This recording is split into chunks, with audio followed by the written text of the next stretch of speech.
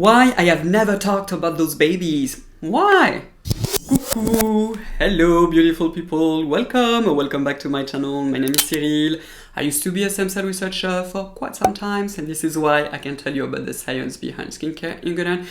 And for today's video, I'm basically going to talk about some products that I've never talked about on my channel. Maybe one I've talked about it, but like such a long time. Why? I have no idea because I love them so much. There are two that I've like completely forgot about them. I've received them in PR. I've actually talked with the brand because some of the ingredients are interesting. I wanted to know the concentration and etc. I use them, I love them so much, and then I completely forgot about them. And basically like last night I was looking at Oatmeal products and I saw them and I was like, oh my god, I have never talked about them. There's also another one that is actually a brand new bottle because I've used like a couple of their bottles, so you will see. And again, this one I've been using it for such a long time, and then I stopped since when? Maybe 1 year and a half or something like that, and I'm like, why? Because I love them. Anyway, and the last one is also a delightful product. So shall we start? So the first two products, they are from the same brand, which is Slurp. The name of this brand every time it drives me a little bit crazy. There is two products from them. Basically, they only have two products. They were the one who reached to me on Instagram to contact me to know if I was interested into the formula and etc. So I will talk about them, especially the yellow fluid is very interesting, and I will tell you why. So the first one is this one. This is the niacid. So this one contains niacinamide and yes, tranexamic acid. I've been talking about tranexamic acid for such a long time. I have like two old videos. I really love this active, especially for those of you who are suffering from hyperpigmentation. So the concentration is not disclosed on the package, which I do not like, but I did ask a Slurp. So this product contains 4% of niacinamide and 3% of tranexamic acid, so that is excellent. I love the fact that it does not contain like a smidget of niacinamide, so therefore it is going to work almost likely it will on the skin, and this is the same thing with tranexamic acid. Definitely, if you are suffering from hyperpigmentation, this product is a good one to try. I'm not, I have to say, a big fan of the texture because as you can see, this is so damn watery. This is basically water. I do prefer exactly like the next product that I'm going to show you, something that is a little bit, I would say, thicker. So the way that I like to use this one is that I put some drops in my hands, rub them and apply them on your face. You can also put the pipette close to your skin. Do not touch the pipette with your face because you have bacteria and you don't necessarily want to contaminate it, even though it does have preservatives, of course, but still. And you can massage it, but just be careful to not put the drops in your hands. The next product that is also very interesting, this is the yellow fluid. So I don't know if you can tell from the bottle, but it's very viscous. I mean, this is not watery. Gosh, my English again today. This one is insanely hydrating, and what I love about it is that the formula is pretty different from like the standard, I would say, humectant based product that use glycerin, hyaluronic acid, etc. Because the first, actually the second ingredient, because I'm sure that these water, for whatever reasons, when you go to the Slurp website, they did not include water. I'm like, come on people, of course there is water.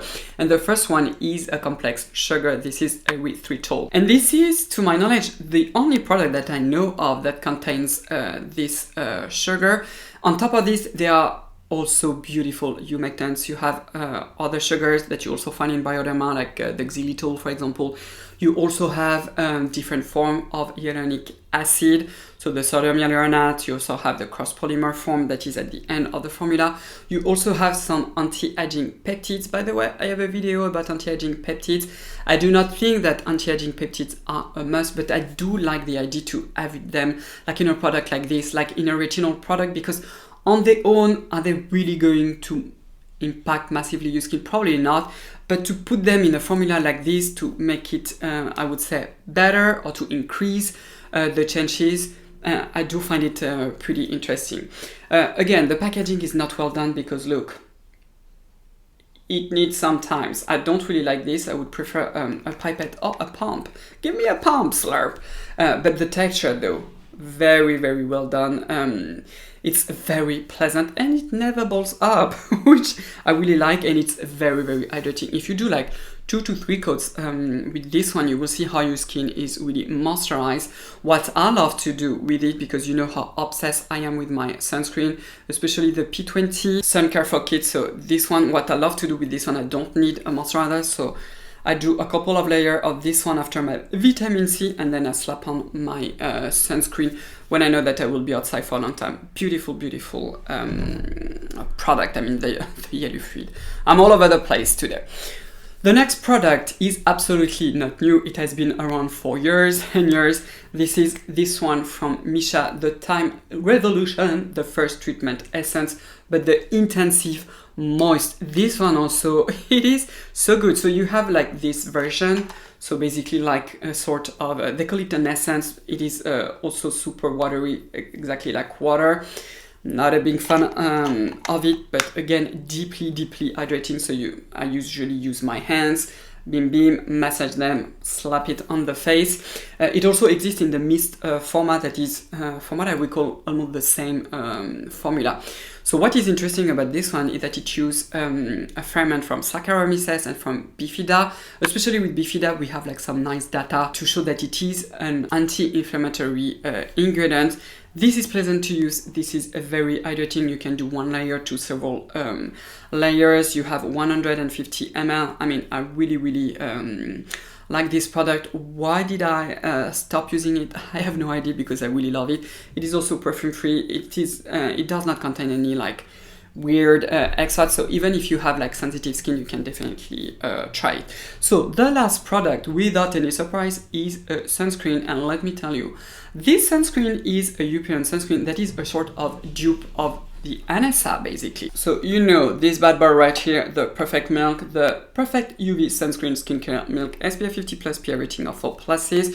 You know that I love this one. I use it a lot of time. Most of the time, I use 2 sunscreen, like the P20, for example, and then I put this one on top, especially like on my neck. If I feel super fancy, I also use it on my arms and on my hands. What I love is the powdery finish and the matte finish. I have found one that has an insane, and I will say insane mix of UV filters. When I saw the UV filters, I was like, I need this one, even though I cannot use it on my face, but I will tell you why.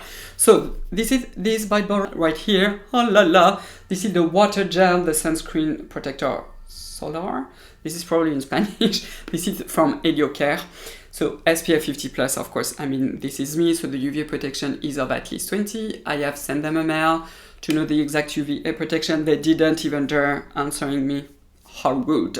Anyway, so the filters. The first 2 are Uvb filters, which is octocrylene and octisalate, followed by avobenzone, which is a UVA absorbent. So avobenzone is not photosoluble, but is photostabilized with octocrylene. Then we have another UVB filters that is so damn difficult to remember, which is the phenylbenzimidazole sulfonic acid. So this one is a UVB filter that is soluble in water, so therefore you have a less greasy sunscreen, which we love. Then we have Uvinol A+. The next one is one of my favorites. This is Tinosorb A2B. Unfortunately, we don't find it a lot. We do find it in the P20, by the way.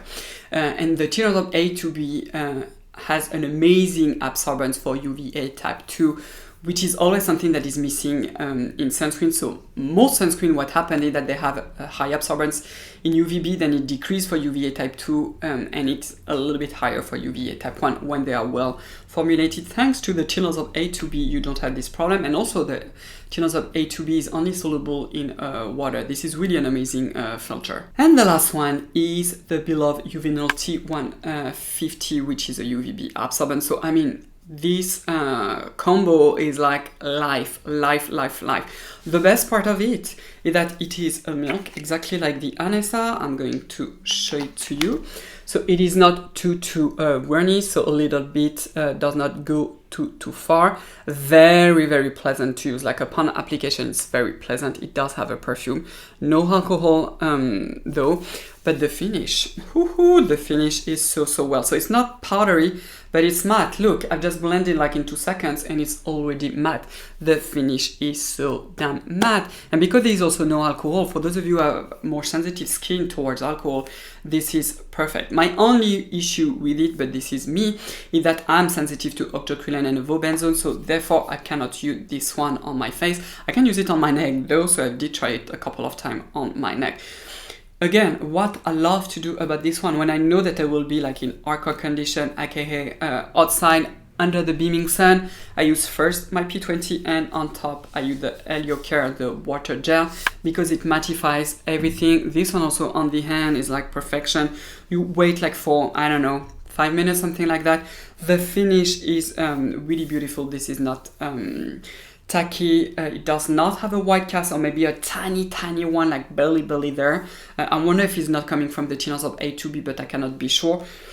I mean, amazing, and this is a European one. Do I think that just in terms of finish it is as good as the Anessa? Not exactly. I do love like this sort of powdery finish of the Anessa that this one doesn't have, but this one has barely no white cast. This one does have a minimal white cast.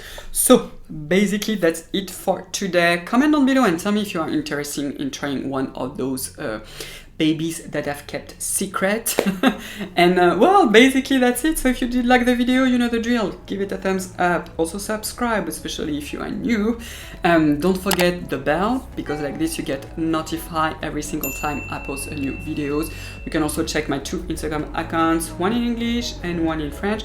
And well, basically that's it for today. So thank you so much for your precious time, and I will see you next time. Au revoir.